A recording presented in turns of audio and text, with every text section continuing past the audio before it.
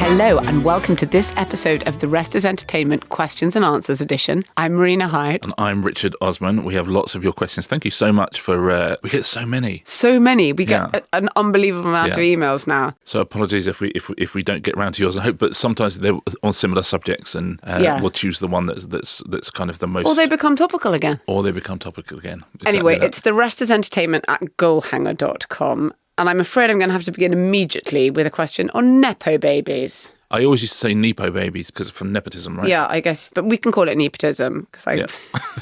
Patrick Farrell would like to know, do you think that Hollywood is run by nepotism, especially in acting? Do you think it helps or hinders the child in the long run? Helps. What's the next question? Yeah, it's fascinating, isn't it? Because there's so much talk about nepotism. You know, even like Patrick Schwarzenegger in the White Lotus recently has come out and talked about the kind of years of kind of acting training he did and the small parts he did and things like that. And and he says, it's hard to have my surname. And you think, and I get it, by the way, because every single time he's interviewed, someone asks him about, Arnold Schwarzenegger. Also, by the way, he's absolutely amazing in The White Lotus. But of course it helps. But, if you think that children of actors going into acting is bad, then, let me tell you about capitalism. Nepotism is not just a thing in the movie industry. If you, like, all of Murdoch's children have gone into, huge media roles. I'm not sure they would have done if they weren't Murdoch's children. In the line of succession, are they serious people? I'm not saying they're not serious people. But I think they're serious people. But so it's a whole series of things. Firstly, it's the way that also finance. Go to any of these places. They've all walk around the city of London and throw something quite hard if you can, and you're going to hit someone who's been helped by nepotism. Yeah, and you look at a private bank that's been passed down generation after generation after generation. These people are not natural bankers. It's just that's what their dad did or that's what their mum did. Yeah, it's nepotism is the way that capitalism has always worked. And the pre-Reformation Catholic Church it was one of the problems. Oh my God! Yeah, one of them. Nepotism, simony. We'll get into entertainment simony later, but anyway. What's simony? Simony. What was simony? I love you looking at Joey. If we have a question during the podcast, like about Sabrina Carpenter, we want something checked, we'll ask Joey. Like simony in the pre-Reformation Church. I mean, he's good, Joey. Yeah. Is that where we get Simnel cake from? No, and I don't think that's from Lambert Simnel either. But we can't get into that. That's too much of a sidebar. Simony was the selling of blessings or pardons or whatever offices of the church. Yes. Yeah. Okay, I understand. Yeah. Sorry, what were we talking about? Sorry, we were talking about nepotism, the other one. Now, and it's always been around. Angelina Jolie, Nicolas Cage, Michael Douglas, Carrie Fisher, Jamie Lee Curtis, people we think of absolutely in their own right as huge stars, all come from showbiz entertainment families, and a number of reasons for it. Often we do the thing that our parents do because we see what it is that they do. We either love the thing that they do or we live somewhere where the thing that they do is actually the easiest thing for us to get into when we leave school as well. The following one's parents into a job is more prevalent now than it ever been, really. But Hollywood is a very, very visual representation of that and of the unfairness of that. Because it's all very well saying nepotism's everywhere and you look at bankers and look at the Murdochs. It isn't particularly fair. It's not a meritocracy. No. But at the same time, so many of these stars are amazing. But it's about contacts. It's about being able to get in front of you. I mean, I remember when Brooklyn Beckham's legendary For All the Wrong Reasons book of photography was brought out. I think it had one of its launch parties was at Christie's in New York for out of focus pictures of elephants. Yeah. I think Mel B's daughter, from the Spice Girls, she did a documentary on this recently for Channel 4, and I think she was trying to get an art exhibition, and it was trying to say, can I get an art exhibition? And no one was interested. And then she said, I'm Mel B's daughter, can I get one? And then she could. So we know this. It's context. By the way, it's also money. If you come from a successful family, that's why all of these things, as everyone knows, you can afford to keep waiting for your break. It's money, it's access. It is, of course, some talent. Patrick Schwarzenegger is a talented actor. Oh, yeah, you're not going to make it if you're not talented. I do think that it's primarily contacts and access. Yeah, but the main people you can't blame are the kids themselves. No. Because you grow up in the world you grow up in and you take the opportunities you're given. And no one's saying that they're not working hard, because they are. They're absolutely putting the hours in. So, of course, they're going to take it. Was he putting the hours in with the elephant photography? It is one of the ones, bless him. bless him, that I have to say, no, that wasn't acceptable. You ordered his Deliveroo then, You have to have talent. Well, you don't actually. Yeah. I ordered his Deliveroo. I mean, which I now tell him that he didn't even cook it. So I would say it has ever been there. And, you got to look at a family like the Skarsgårds. I love to look at them. Yeah, exactly. But everyone loves the Skarsgård. Everyone's got their favourite Skarsgård. Yeah. Alexander? Is that he could send me a block of his blood anytime. That's from Succession. It's not literally he does that to people. I just want to make that very, very clear. Look at the Coppolas, Francis Ford, Sophia, Nicolas Cage, Roman Coppola. I mean, Jason Schwartzman. I mean, there's these dynasties of families, as you say, as there are in banking, as there are in the auto industry, wealthy families who pass their jobs down through the generations in pretty much every industry. It's just we really, really see it. If it is something that you get exercised about, and I absolutely understand why people do, you really have to look at everything in the way that we run capitalism. You look at, so many things about how wealth is passed down and how privilege is passed down and, how opportunities are passed down and how companies are passed down, parents to children. That's the world we live in. And there are many, many, many, many more billions being squirreled away in the world of media and, cars and all those things. I do think it's a useful representation. It is clearly not fair. It is clearly not an even playing field. If you're a kid from England and you want to be a movie star, or you want to be an auto executive, or you want to be a media executive, the easiest way to do it is to be born into a family that already do that job. At a very high level. Listen, if we want to dismantle capitalism, okay, let's have a chat. Count me in.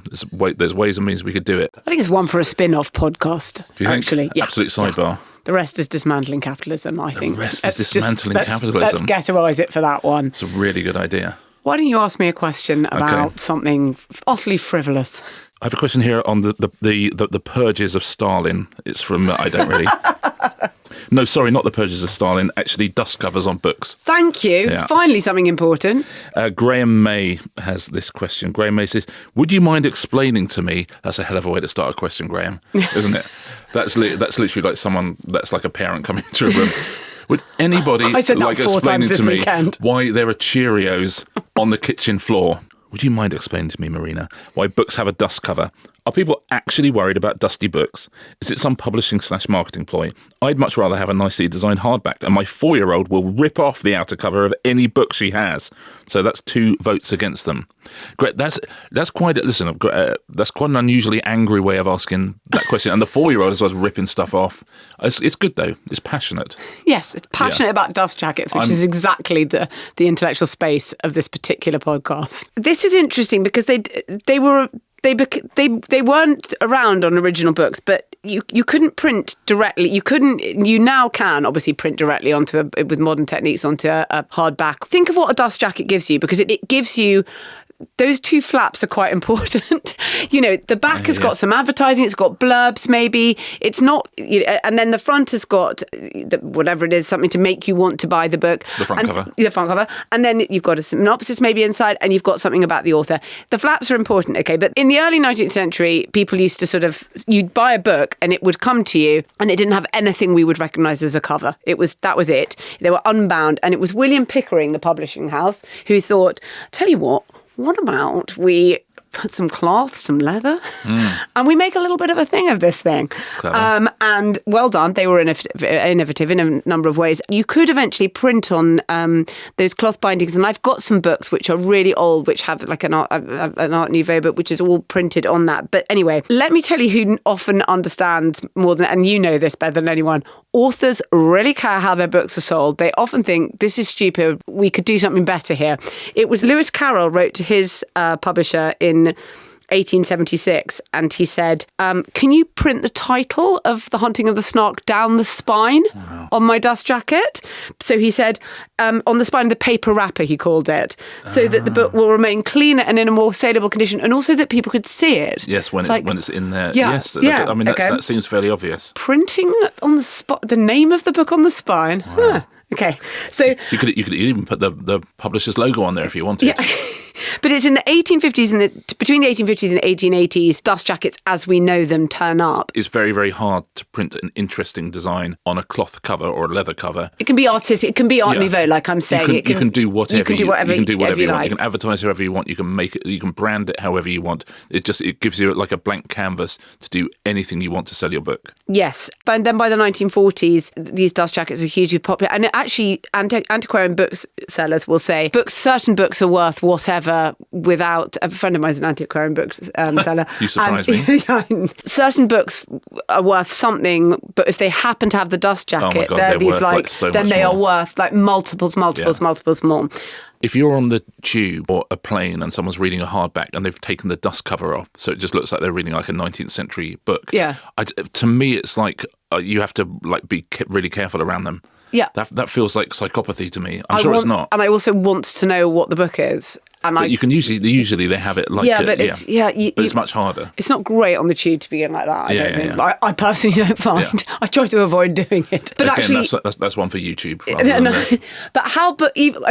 Anyone else can ask a question about why books are that particular shape and size, because even that's not normal. Ask that in another week, and we'll talk about that, because even that is not. That's a great way to get a question on. Yeah. So the exact question you want is, I don't know, like why are books rectangles? Why are books rectangles? That's a question you want. I know that sounds stupid, but it's quite interesting, and we'll do it on another occasion. If you could start your question with, would you mind explaining to me? So if you write the question, would you mind explaining to me why the hell books are rectangles? Yeah. But then we'll read that out. I love that. Thank you. When you get sent all the kind of proofs through for, they'll send you what the cover is, but also that all the inside flap stuff is all on there as well. And you have to approve every single bit and every quote you can possibly have. There's quite a lot of real estate on a dust jacket, I think, is exactly. And it's really significant. When I go into a shop and if I don't know what I'm going to read, I've read all of that if I'm going to buy it. Often you might know what you want to order, but if you're not, then those things are so important to sales. And there's a reason we do them like we do. I'm just at the stage now where I'm getting lots of the foreign editions of We Solve Murders over, because they tend to come out a few months after in some of the territories. And the Slovakian one arrived this morning, and you can just explore it. The dust jacket, and they've got lovely sprayed edges as well. They've got like a gun on the edges, and like a picture of a cat on the edges. Yeah, it's lovely. Why have the Slovakians spent all that money? And then that's cool. Why haven't you got on any books here? Is it because you simply sell too many of them? No, we had sprayed edges as well, but like special. Oh, you see, I have a proof copy. Yeah, exactly. So I don't actually have the original. No, okay. You've got some loser one. Yeah, have I? Authors obsess over their dust jackets, and it gives you so much scope to do things on a hardback. And paperback, it doesn't matter, because paperbacks don't need them, and they're printed on something you can just print onto. But yeah, just the old school thing of they've always had dust jackets. Everyone gets excited about a dust jacket.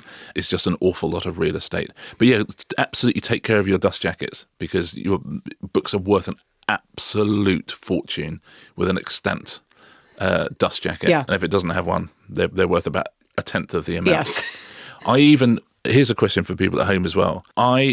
For years and years, if you buy from, a shop that often they'll have stickers on it. If it's Waterstones, it might be, 2 for 1, or if it's an independent, it might be, independent bookshop week, something like that. And I would always peel them off. But actually, there's such great social history that now I leave them on, because in 30, 40 years' time, and you see the kind of font and the independent book week, or the 2 for buy one, get one free from W.H. Smith, nice. You leave them on because they're going to look like curios. And also, I suspect they might be worth more money with the stickers. I could be wrong about that. I love that you're going to be selling editions of your. I think you're going to be okay. I don't think you'll be selling old editions of your books, but if it comes to it, why have I only got a proof? I need to get some more. Yeah, just it's available. I'll go out and buy all of your books all over again, but not in the proof form, Richard. Yeah, they are available in shops. Shall we go for a break? Let's do that.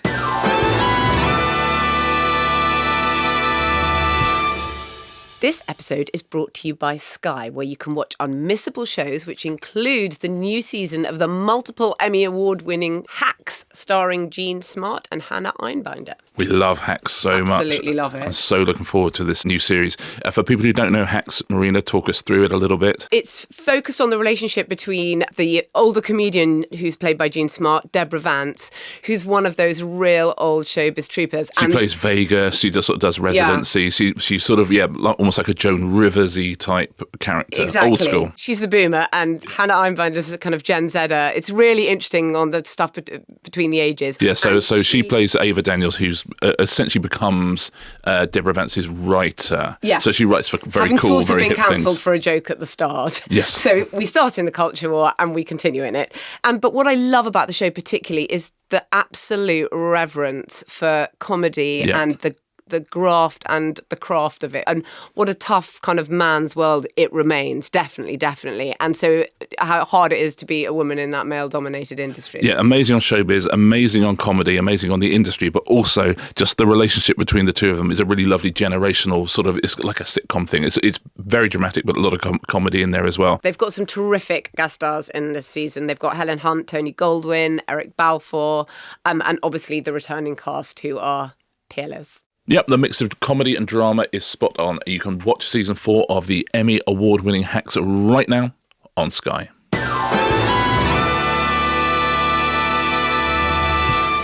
Welcome back, everybody. I have a question, Richard, that has your name written all over it, and also some other words in the form of a question. Okay. It's about badminton scoring. Oh, wow. Okay. Thanks, Hank Grover. Hank Grover? I mean, that. Come on, man. First of all, you've got a great name. Hank Grover, badminton scoring. Yeah. I mean, that's my sweet spot. That's every single Venn diagram. Right. Yeah. Badminton is considering changing its scoring again to better appeal to a TV audience. The last time they did this, they adopted a system very similar to volleyball, which I know Richard has some strong views on. I think we all can sense that he does. What is the secret behind a good scoring system for sport? Oh, my God. Listen, it's Spin-off podcast. Sport, God bless everyone who works in sport and administrates sport. It is an entertainment. Leisure sport, fine, go and play badminton, or you like play whatever rules you want to. If you want to raise money for English badminton, whatever, then it's TV rights and it's people coming through the door. Okay, so we accept we're in that commercial world. If you want to go and play badminton... We're not with the badminton purists, Richard, don't worry. Yeah, Carry on. Exactly. Then you must play badminton how you want. If you want to sell badminton, then your job is to look at the format. Badminton is that thing where, serve passes across and all that kind of, and it's just, volleyball is like endless. Sport has to be an entertainment. It is, of course, these people are incredibly skilled. Of course they are. But you want to show that to the maximum amount of people, the maximum amount of time, and for those people to be paid the maximum amount of money. Badminton, by the way, they're fine because it's massive in Malaysia. And so I don't want anyone shedding tears for badminton players. They're doing perfectly okay. But if you are a smaller sport, if you're, a British volleyball player, the more exciting and entertaining you can make your sport, the more money you are going to make. You're competing against everything in the world. You're competing against video games. People can't just go, it's very, very interesting to see the ebb and flow of this game, and really it's like a chess game, this game of volleyball. Doesn't matter. I've said a million times before, darts is the perfect version of scoring, which is, a few legs win a set and a lot of sets. So there's always in darts moments of jeopardy all the time. The skill is exactly the same, but they maximise the amount of jeopardy they have all the time. And the wonderful thing of finishing on a double is it's the perfect format. Don't have to make them shorter, but you have to give us moments of jeopardy all the time, because otherwise I just switch off. I've got in trouble talking about tennis before and just saying make it first to 4 in each set. But it's brilliant. I know on Tuesday we were talking about other jobs you could do, and not necessarily running a chain of Midwest cinemas. You could run a consultancy explaining how to make sports more televisable without any question, and you would love it. Well, the beautiful thing is lots of sports have worked it out. T20 cricket, whatever the purists think about it, it's brought a huge new generation to cricket. It's brought a huge amount of money into cricket. Michael Johnson has just set up a new athletics league, because athletics is a weird thing, and that you got these incredible people, Usain Bolt, people who can do these extraordinary feats, and actually it's sort of dwindling as a TV spectacle. We watch lots of these things, including badminton, once every 4 years, and you get really into it, and you're suddenly like, everything about handball, and then you don't think about it again. But now he's got the Grand Slam of athletics, and he's just making it more exciting, just packaging it in a different way. And all sports can do that. There's always room for Test cricket and the World Snooker Championships and stuff like that. But then you have a thing like the T20, or you have the Snooker Shootout, which is an amazing tournament, and it brings a new group of people into a game. People who love their sport have to accept that most of it is quite boring. Listen, I love football, but we spend most football matches, you're just chatting to the person next year. There's moments of I can excitement. just see you as the Alec Baldwin character in Glengarry Glen Ross going into these sports to say, right, the first thing I'm going to say is everyone finds your sport very boring. Football, I wouldn't change. No. Football is absolutely fine. You're very kind. Yeah, but there are plenty of sports. So, volleyball is not boring.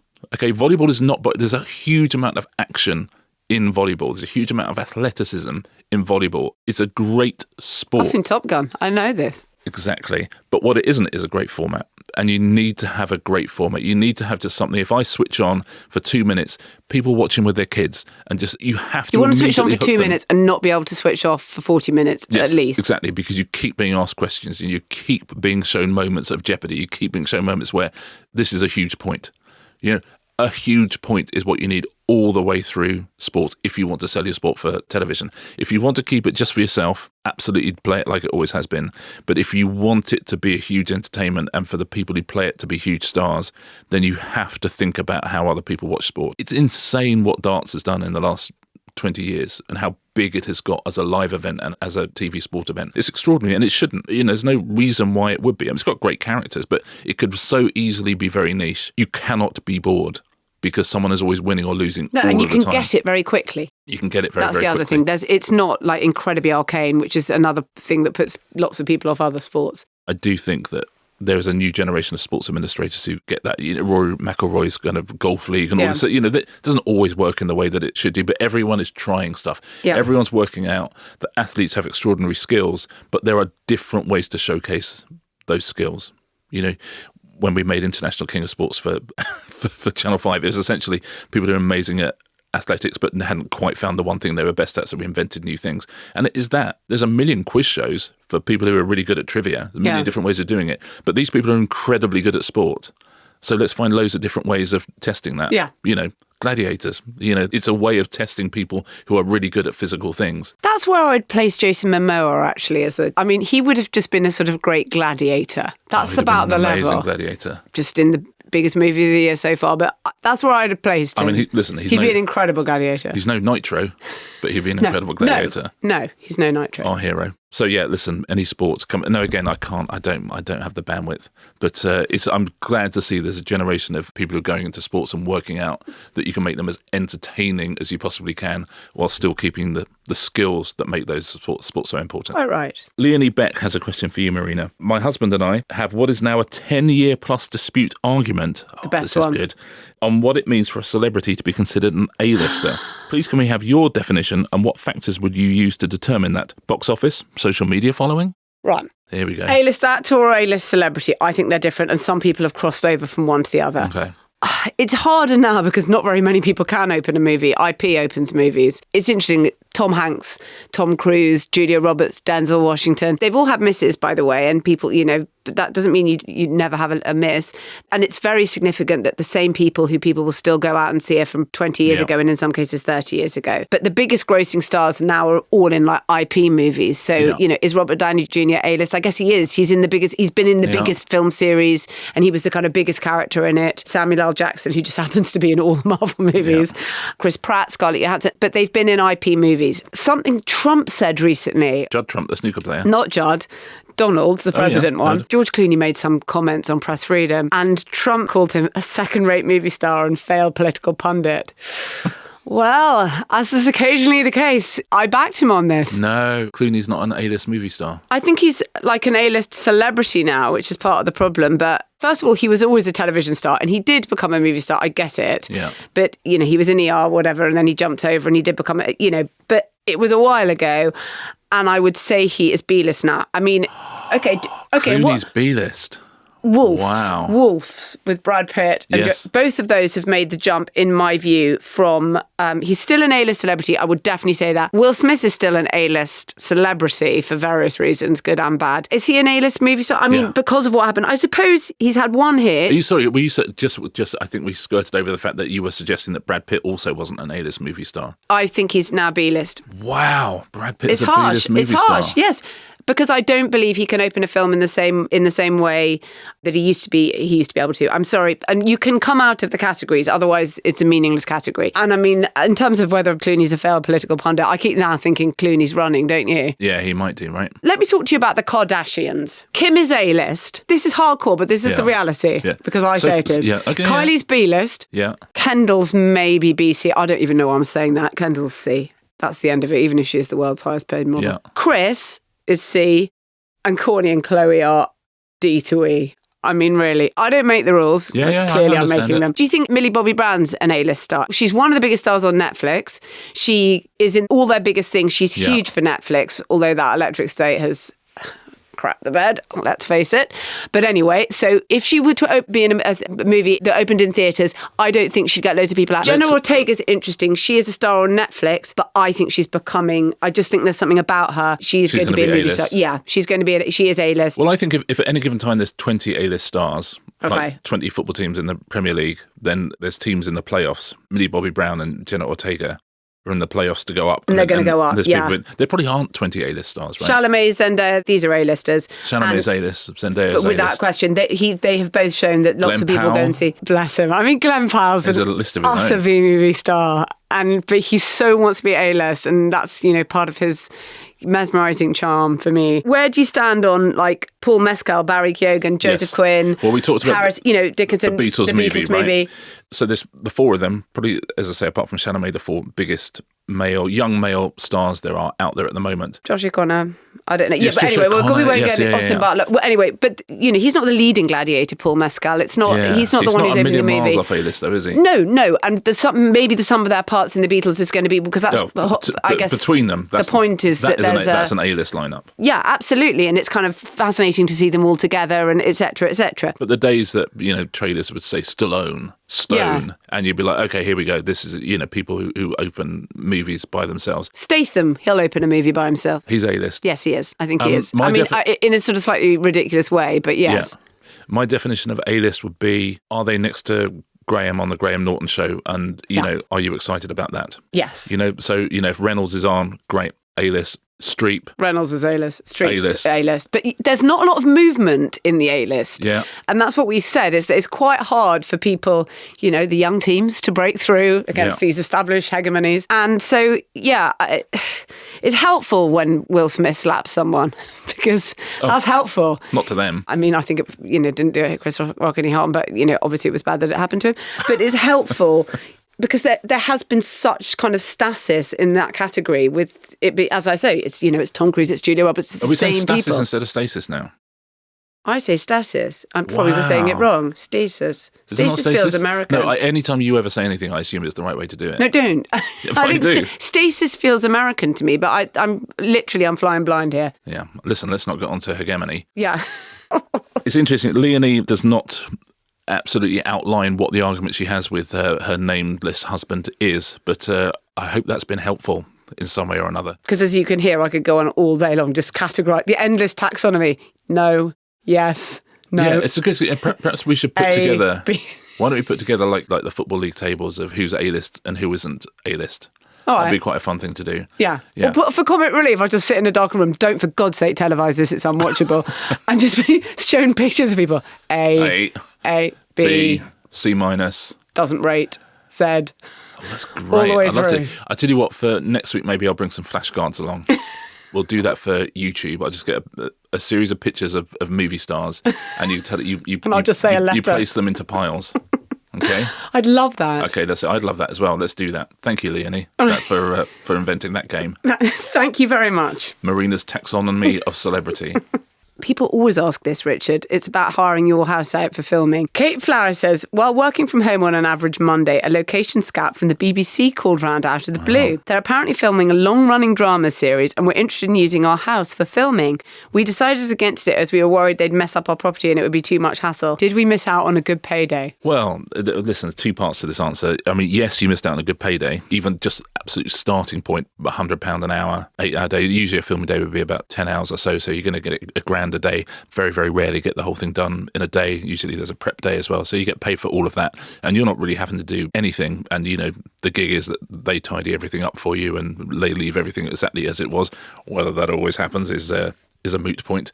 So yeah, it's definitely. But they will put it back for you. Yes. If you say you've chipped all the paint on my staircase, Oh yeah, they will have to redo it. and also every single film crew is full of amazing tradespeople who can do incredible. So they don't have to kind of ring up a carpenter. They've got people. In fact, they can make your house even better. You could just say, oh, by the way, you've knocked a slight hole in between the kitchen and the dining room. I wonder if you could just turn that into a serving hatch, and they'll do that for you. So it is a good payday. I would say a couple of things about it. It is quite intrusive. Film sets, as we know, and TV sets and, commercials, anything like that, they do need things to be exactly as they need them. There is a lot of heavy equipment. There are a lot of lights. There will be a lot of chipped paint. It is quite an invasive procedure. If you're away on holiday, then, it sort of seems like a good way of doing it. But it is quite hard to film for sort of 4 days on something and leave your house exactly as it was found. There's a different thing if they're asking for it to be in a long-running show, because that's super, super lucrative for you. Yeah. Obviously, it's sort of quite hard for you to live there, but if you know they're filming for 3 weeks a year, every year, then you're going to make a load, like those people who rent out their houses at Wimbledon. The downside All the stately homes which have been basically saved by them, like Downton Abbey at Highclere Castle. I mean, that really, when you've got something that you're basically just going to have to sell because just keeping it up costs however many millions a year, that's really, really helpful. You see, if you own a castle for sure, or a stately home, that's easy because everyone's going to want to film in there. The interesting thing is, why do they want your house? You don't want to do it and suddenly you watch TV and it's a drug den and they haven't changed it at all. They just thought, no, oh my God, this is absolutely perfect for our villain to live in. There can be issues if you are in a long-running series. The big issue is if it becomes a huge hit. I know the Twilight movies shot in a place called the Hoke House in British Columbia. There's a beautiful old house, and it is besieged, or it was besieged for many years. It was head of innovation at Oh my night. God, by Twilight fans, because that's quite a lot. Who owned really? it. Yeah, but he would be very good and invite people to, people could have their photos taken. But they sold it recently for $15 million, and the new owners put up enormous metal gates so no one can get near it. Gun turrets. It was just, exactly. It was just constantly besieged. Funnily enough, there's a lady called Joanna Quintana who was exactly in the same situation that Kate Flower was in. Someone knocked on her door, said, I wonder if we could use your house. We're filming a series. Here's the money we'll offer you. And she's like, okay, yeah. That sounds a lot of fun. What's the name of the show? And they go, listen, it's a new thing. It's called Breaking Bad. So essentially, she owns Walter White's house in Breaking Bad, and she said like her life was sort of ruined by people just driving by, people throwing pizza onto the roof, people having pizzas delivered. I mean, it was absolutely non-stop. So she made money out of it, but she was besieged. She sold the house, $4 million. Thank you very much. So you do have to be There are some real careful. chiselers out there. I heard a story about someone on a show. It's The Weekend, and it was The Idol on HBO, which, as you know, I've the band The Weekend regarded as one of the worst pieces of television I'd ever seen. Yes. But I can't remember whether it was his house was being used as her house, Lily Rose Depp's house, or whether it was actually even his house. I can't remember. Anyway, I think he said the crew had ruined one of the wall, had ruined one of the walls, and the repaint job on it was going to cost $300,000. I'm sure The Weeknd would deny that story for the benefit of the tape. Just something I heard. I'm sure that he would deny that story. But yeah, I guess if someone wants to hire your home for a Dairy Lee commercial for 3 days, it's a bit of fun. Yeah. It's a bit of cash. Adverts are great. Lots of people do adverts because it's obviously very time limited and you know what you're getting. I would say long-term drama series, harder, more lucrative, but harder. Because the thing is, the longer that show runs for, the more money you make. But the longer it runs for, the less privacy you have, because if it's running for a long time, it means it's been a hit. And if it's been a hit, people will find out where you live and they will drive past and they will take photos of it. And some people like that. Some people invite them in for a cup of tea. But if that's not your bag, then you've certainly turned down a sum of money, but maybe you've kept your sanity. The best one is the Taskmaster house. Oh my gosh. Which was sort of for sale, and in the first series they said, can we film it now? And now it's sort of constantly rented out to Taskmaster, and has been for kind of 10 years now. It's been a huge money spinner, and they don't even live there. That's the dream, that you're trying to sell a house that no one wants to buy because it's in such a weird place and it's such a weird house. Yeah. And a production company says, look, could we rent it while you're trying to sell it? And you go, yeah, sure, I guess you could have it. And then 10 years later, you think, well, I don't need to sell it. I've made about 5 times more than I would have done if I'd sold it. So, that's the dream. But if you think it sounds fun, do it. It probably won't be left exactly as you hope it to be. And there might be, someone has parked a van on your front garden. And lovely though crews are and talented though they are not always the people that I would trust with my china. Thank you so much, everybody. Covered a lot there, didn't we? We did. A lot of passion. A lot of from the questioners and from us. We have a bonus episode for Members, which is about the life and works of Val Kilmer. That'll be out on Friday. If you want to sign up to the club, it's therestersentertainment.com, and you can have ad-free listening, these bonus episodes, there's a Discord, etc. If not... The rest of the gang. We'll see you all on Tuesday. See you next Tuesday.